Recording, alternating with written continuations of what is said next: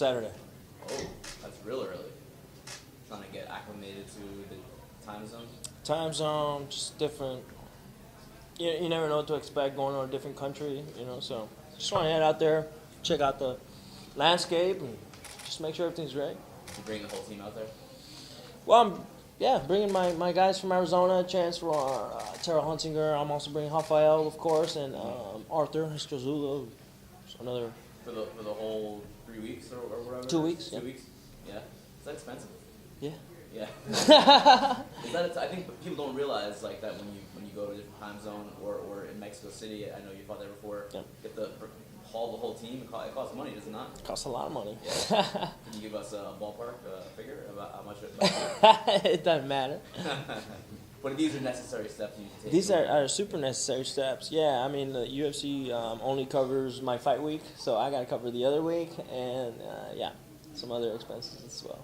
And if you want to be the best Kelvin Gastelum you can be in the fight, you have to take these measures. Right, I need them. This fight especially is critical. I need my whole team there helping me out. Whatever I need, they help me out, man. Yeah, it's crucial that I bring my whole team. On The Ultimate Fighter, I think that a lot of people saw more of you. Not just a different side of you, I think, because that side's always been there. But you had the leadership, you had the advice that you were giving Maurice or Sure. You were like Kelvin, the one that was kind of like mentoring these guys. Yeah. Like, how do you think that does for? I hate to use the word brand for your brand. I'm sorry? How does that do for your profile, the way people look at you?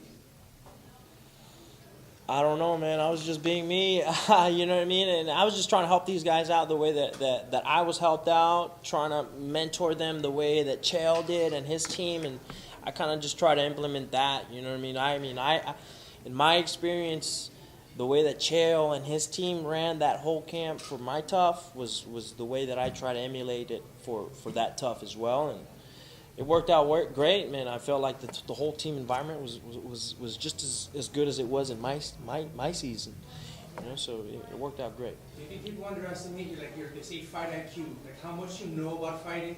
Because I think when you came into the UFC, you were, you overran people, but now do you think that there's more to you from the mental game?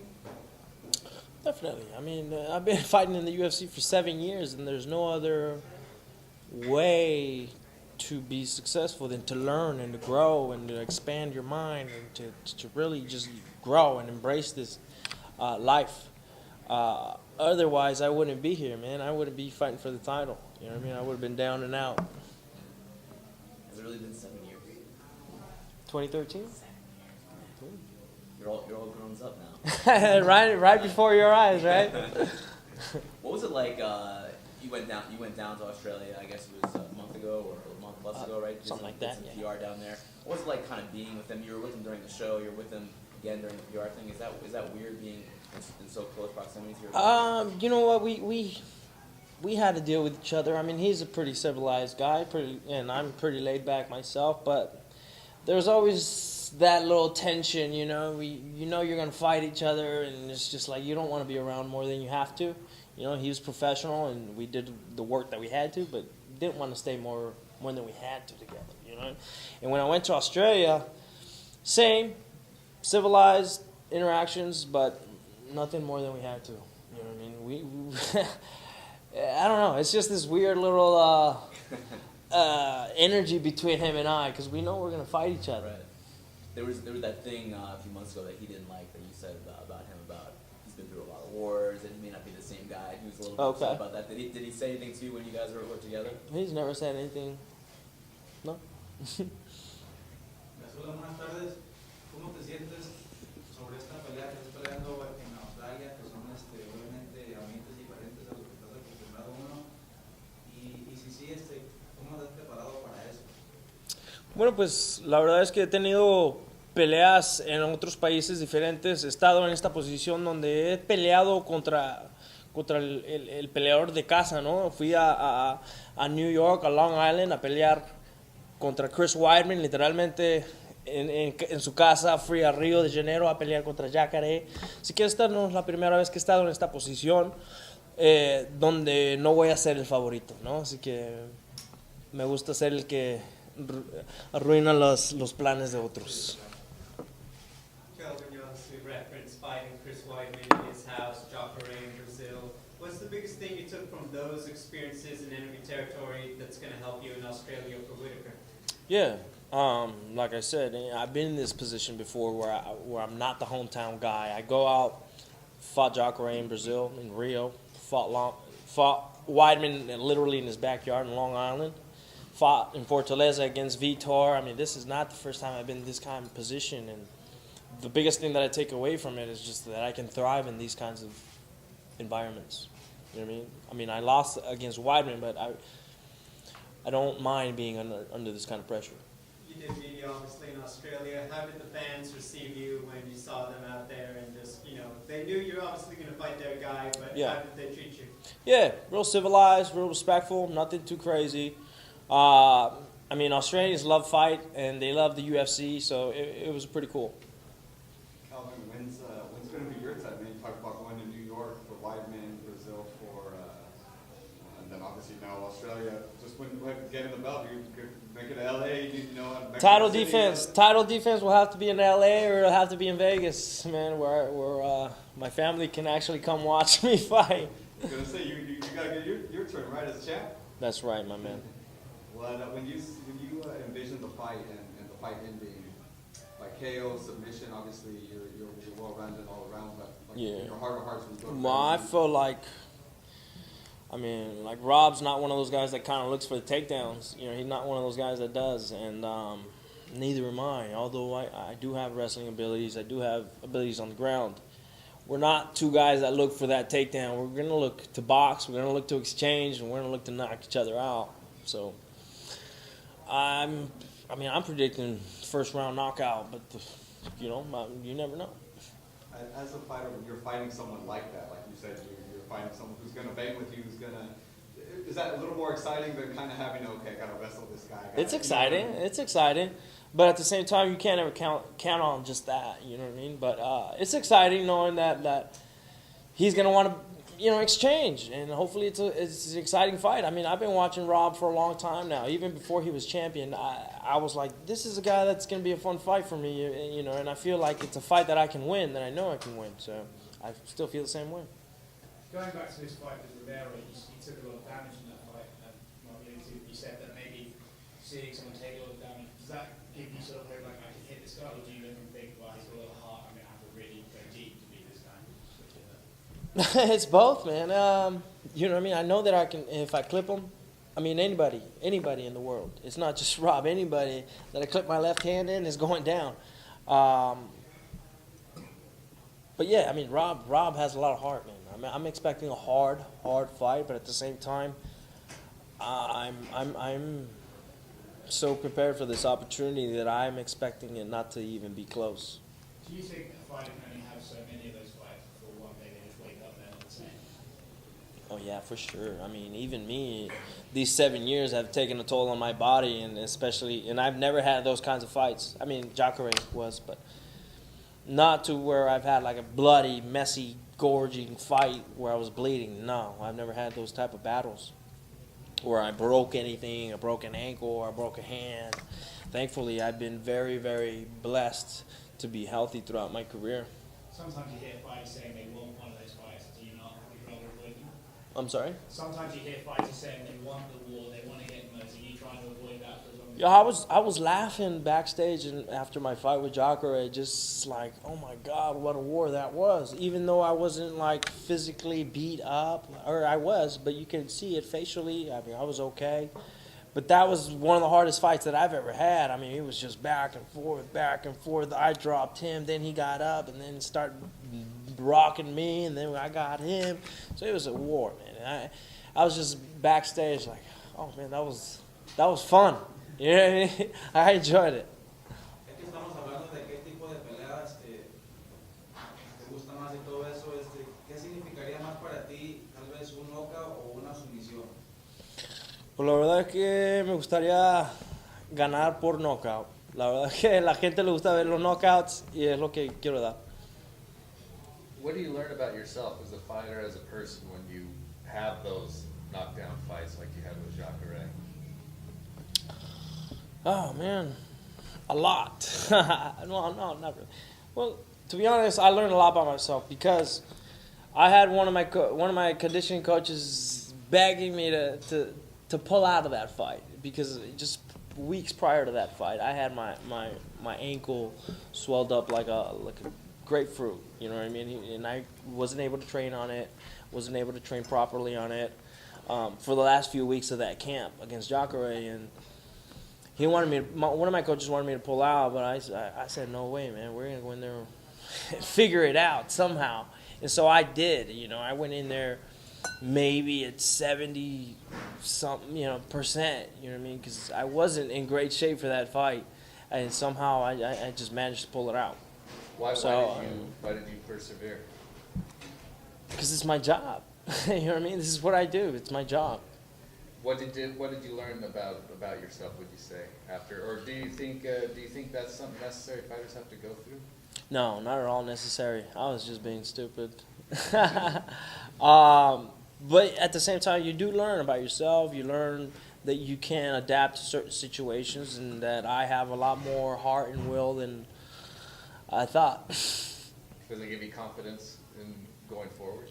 Yeah, absolutely. I mean, that was me at not even 100%. Now imagine, against Jacare is 100%. Now imagine me at 100% going into this fight.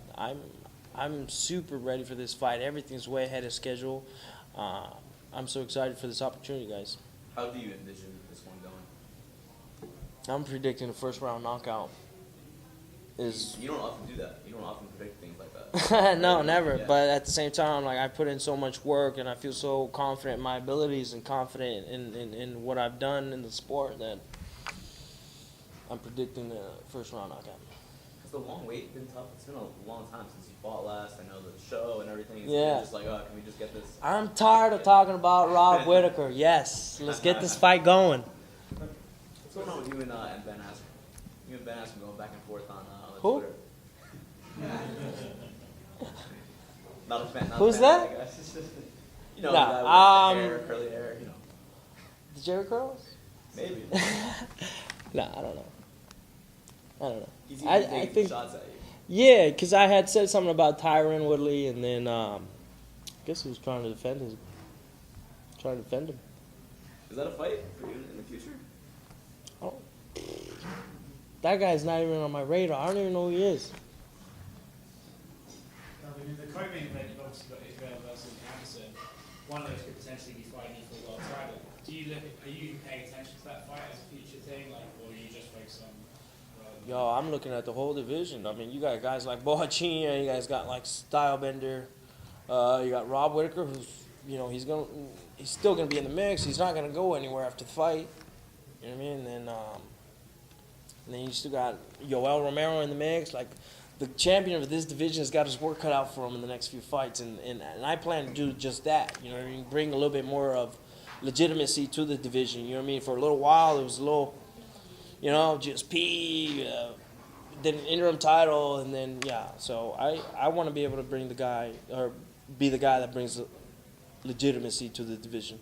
When you look at Anderson and Israel, would you rather, if you have a choice, would you rather face a young gun like yourself, so you can have both guys in their prime, or would you rather face a future Hall of Famer like Silva? Shoot, well, the fight with Silva has already been we tried to make it twice. It didn't happen. So and that fight was just the fight for me to be able to get the title shot or get closer up in the ranks, and that's really what I wanted. So fighting Silva doesn't really do anything for me, to be honest, other than him being, a GOAT and me beating the GOAT. That would be the only thing. But as far as moving up the ranks, as far as getting a title shot, beating him, I'm already in the position where I want to be. Tyron Woodley said, I think earlier this week or last week, that a few more fights at welterweight and then middleweight by the end of 2019. How badly would you want that fight again? I welcome it. I've been calling him out for years. Yeah. I've been wanting that fight since I fought him. Right. And finally, he's like, yeah, he's turning around. All right, it's taken a while, but he's turning around on the idea finally, huh? That could be a super fight, He's coming up as welterweight champ. You could be the middleweight champ after a few weeks from now. Yeah. This could be a big one. Yeah, I welcome it. Let's do it. Your boxing's been on another level the past few fights. Why do you think your boxing works in a division where you're pretty much the smallest guy in the division, man? Yeah. How does it, people would think you should be taking people down. Yeah. I just figured out how to make my disadvantages into advantages. I'm short, I'm stocky, but I'm fast, and I hit hard. Do you feel like is it in your head that you're the smallest guy in the division, so to speak? For sure. So you go into every fight. So what's the mentality versus when you were fighting people that were closer to your size? It's just a little harder. It's just a little harder to grab these guys and kind of control them a little bit more, but that's why I train hard, man, and I'm pretty confident that I'll be able to pull the job off. Was it easy to be patient knowing that you're waiting for a title shot? Obviously you have fought a few months. Or was it difficult when you see your guys like Henry Cejudo put in great performances, Ariel Rodriguez? Was it easy to just step aside and just watch? In terms of like just being on the sidelines, did you get anxious with such a long layout waiting? No, not at all. Not at all. Like I said, I had some lingering injuries that I had, and so the time off was actually perfect. I had some things that were bothering me since the Tim Kennedy fight. So I was actually glad that I took some time off and took care of these little nagging injuries that I've had for a long time. And man, I'm healthy. Kelvin, you talked about how you had that ankle injury prior to Sakura in Brazil. That was obviously your contender. You're moving up. You knew that was a big fight that was going to push you right to a title shot. Being a champion, though, if you were to have the belt in that scenario, you feel that obviously you still want to fight. You still got that fighter in you, but there's a little more at stake. I would say, at that point, is that still kind of the same attitude as now we're still fighting, or kind of, well, I'm the champ, let me kind of have people wait for me? It just depends, man. It just depends on the situation. At that time when that happened, I just felt like I was able to, I was hoping I would be able to get over the injury, but it never really did get over it. But still fought with it, figured it out, and pulled the win out. You know what I mean? Sometimes it works out, sometimes it doesn't. But it just depends on the situation, man. When I'm champion, like I said, I want to be an active champion. I don't want to be waiting around a whole year just to fight. I want to fight consistently. I want to bring legitimacy to the middleweight division and beat the best guys in this division. You said that you'd like to fight at welterweight again. Do you still feel that way? Or are you way past wanting to go back to welterweight? That's always in the back of my head, yeah. That's always in the back of my head. But now my focus is on middleweight, the title, and defending the title. Kelvin, what would your motivation be to go back to welterweight? Like if you win a world title at middleweight, it would suggest that that's your weight. Why go put your body through that? I'm basically already at 185 right now. Man, I'm so far ahead of schedule in my weight that because I've made these changes for this camp, and it's just been so beneficial for me, for my weight, for my lifestyle, for my training. I'm basically on 186 right now, and so 170 in the future I don't think will be a problem. Did you see yourself going down and challenging Woodley after defending? Well, he said he wants to move up a weight and come up and challenge me, and I welcome it. Do you think that you're actually a better fighter at 170, or do you think you're a better fighter at 185? I'm a lot happier at 185, so I think at middleweight. Fair. Speaking of the moving down stuff, obviously TJ lost to Henry Cejudo. What were your thoughts on that? On that fight, was obviously some were saying it was too early. Right. So, what were your thoughts on that whole thing? I felt it was a good stoppage. It was a little early. I think it was a little early, but it was a good stoppage because I felt like, man, it would have been more of the same. 5-10 seconds of more brain damage. You know what I mean? TJ was on Henry's single leg. He had a single leg on Henry while Henry was hammer fisting him. You know what I mean? And on an Olympic gold medalist, I don't think he was ever going to get that takedown, you know?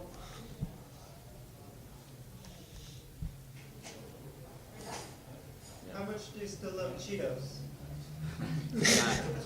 that was just some fun that me and my buddy Adam came up with, man. That was fun. A lot of people like to psychoanalyze fighters, like why did they get into something like fighting? Anything about your background or growing up that you think made you, not the man that you were, but the fighter that you were? Oh man, it's just interesting looking back at it now, how I always wanted to play fight my cousins, and I always made them cry. And how all my aunts hated me because I would beat up my cousins. And then as I got older, I had the Power Rangers, and I wanted to be a Power Ranger for a long time. And but at the same time, like growing up, I never thought like, oh, I'm gonna be a pro fighter. Like that was never in my mind. Not until I was like 17, 18, where I had already been training for some time. But now looking back, like I always loved fighting. You know what I mean? I beat my cousins up, and just loved play fighting, and wanted to be a Power Ranger, and wanted to be the White Ranger, and just wanted to fight. You're capable of being like you're smiling and saying things that sound a little evil. We're saying things. Yeah, man, I can be a little sick sometimes. Your aunt and cousins say now. Oh, they love me now. They're all about it now. Yeah, they're all about it now. ¿Tienes un mensaje para todos los mexicanos que te van a ver en tu pelea? ¿Qué es lo que van a esperar? Bueno, pues esperen una buena pelea, ¿no? Esta es la gran pelea que he esperado toda mi vida y pues estoy planeando poner un buen espectáculo, ¿verdad? Estoy muy agradecido con toda la gente que me ha apoyado todos estos años, toda la gente que me ha seguido durante todos los años, en las bajas, en las altas, estoy muy agradecido.